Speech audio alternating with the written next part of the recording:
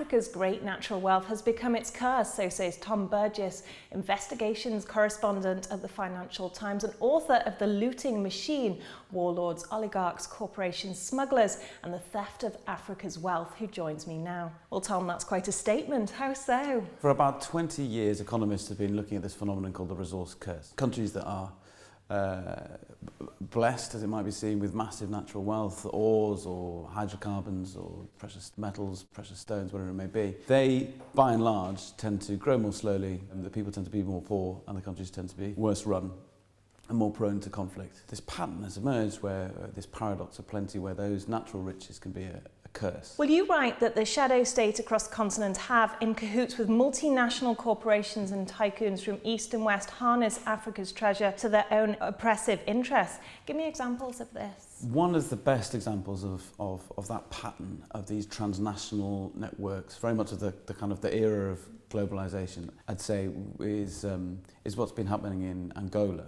From the outside, Angola looks like a real sort of boom nation, and Luanda, its capital, a boom town, the most expensive city in the world. But you look more closely, and what's happening there is that a narrow group around the president, this group known as the Futungu, after the presidential palace, they have captured the fruits of a kind of 15-20 year oil boom that came after the end of the civil war in Angola, which they won, their side won. And they've managed to do that through a combination of Soviet-style politics mixed with 21st century capitalism. So all the big oil majors are there. They pay enormous signature bonuses to an incredibly opaque national oil company, in connection to which $32 billion went missing according to the IMF. So you have this incredibly wealthy kind of hidden industry, and you have all the outward forms of a state. You have a finance ministry, a central bank, but ultimately you're looking at, in Angola and elsewhere, a shadow state.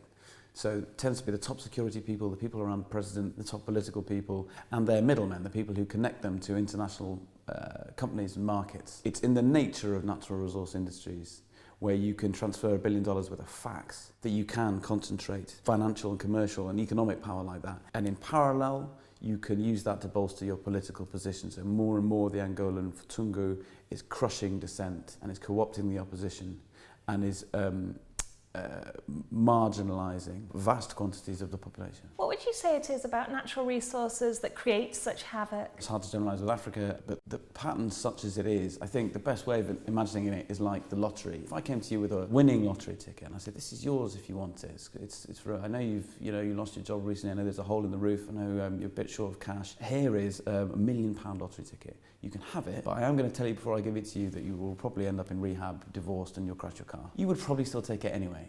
If I'm Ghana and I've been modelling along pretty well, okay, I've been fleeced of a lot of what should have been my gold revenue, but I'm one of the more stable countries in West Africa, competitive democratic politics, an economy that's growing reasonably well if still pretty poor, and someone comes along and strikes oil, as they did in the Jubilee field, a big oil field just off the Ghanaian coast. It's pretty much the same situation. No poor country is going to turn around and say, actually, I'm going to leave that in the ground. I'm going to look at Nigeria, I'm going to look at Congo, I'm going to see the horror stories that we've had, and I'm going to decide I'm only going to exploit some part of this resource when I know that I can handle it in a safe way. No, of course you're going to try to maximise the revenue you can get as quickly as you can because you're a very poor country. What happens? Ghana, relatively well run, strikes oil, immediately goes bust. It has to be bailed out by the IMF. The level of corruption in politics seems to be increasing dramatically because that is what oil does. There was a Venezuelan oil minister who called it the devil's excrement. It's poisonous when it gets into the political system because it's rent, it's unearned money like that lottery ticket, and it brings with it all the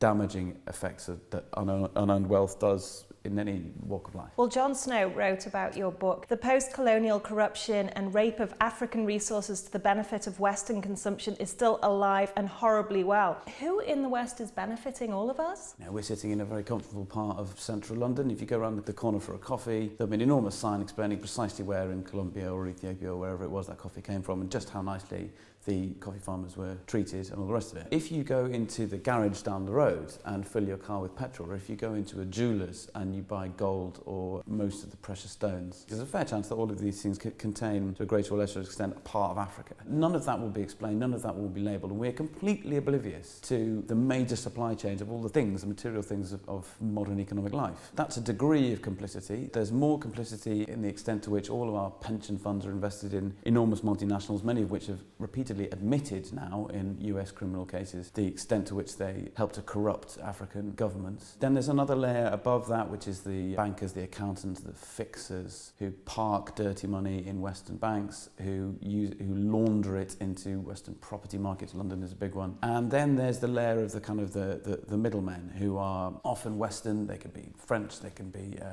North American, they can be British. Increasingly they're also Chinese, who are the people who connect these kind of shadow states in Guinea under a military junta, in Robert Mugabe's Zimbabwe, in Dos Santos's Angola, connect these shadow states to the global markets by structuring the natural resource deals. It's pretty simple. A lot of the time you take a resource, the government has control of a piece of territory. That piece of territory is flipped at a very cheap price through a middleman out into a multinational, and a big profit is generated in between for the shadow state, for its patronage machine through which it retains power. So hypothetically speaking, if all this corruption was halted, how much would the West be impacted? One way of looking at that is to follow the money, to look at the direction of cash flows in all of this. And we tend to read on the front pages of tabloids about Africa as some sort of great sink of philanthropy into which we, well-meaning white people from far away, pour a little bit of our wages and a little bit of our national budgets, and isn't that great that we can do that for these poor people? And it's a complete misnomer. Many, many multiples of that aid that flows into Africa flows out. About $300 billion worth a year of natural resources go out. Maybe 50 to 100 billion of what they call illicit financial flows. So that's multinationals fiddling their books to move money out so they can book profits in tax havens rather than within Africa and avoid paying tax with Africa, or just straight corruption. I don't think if you turned off the tap of African corruption, the West would collapse or anything like that. But yeah, there's an extent to which, if you look more broadly at the flows of black money in the world, of illicit money that flows through the big Western banks into the big Western real estate markets, yes, if you were to cut off Russian flows, Eastern European, Chinese, and African, and from the Gulf, that would have a pretty serious effect. But I think that's just a reminder of the extent to which criminal profits flow freely into Western markets from Africa and elsewhere.